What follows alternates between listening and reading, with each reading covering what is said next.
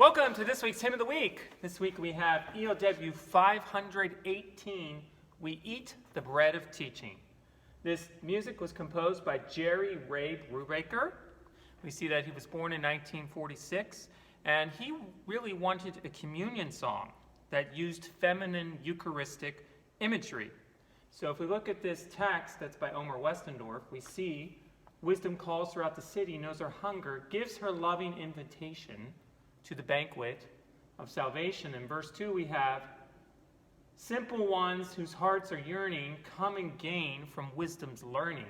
Bread and wine she is preparing, know her loving in the sharing. And then verse 3, enter with delight and singing, for her richness now is bringing us this joyous celebration, eat and drink in jubilation. So there's that feminine Eucharistic imagery.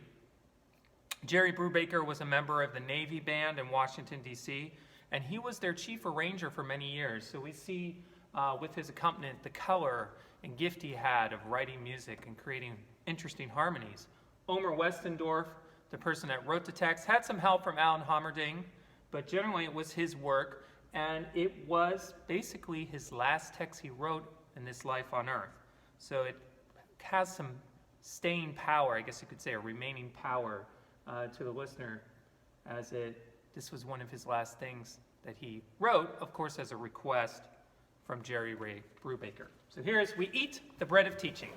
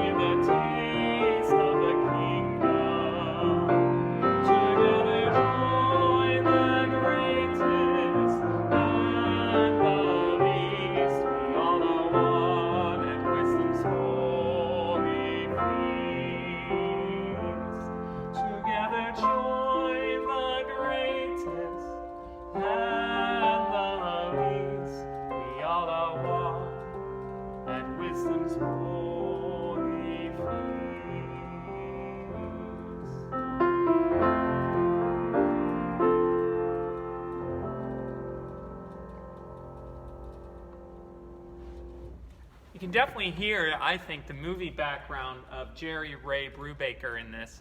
definitely had the gift of feeling that. It almost seems like a movie at times, just from his movie arrangements that he's done in the past. You can almost hear a story going on.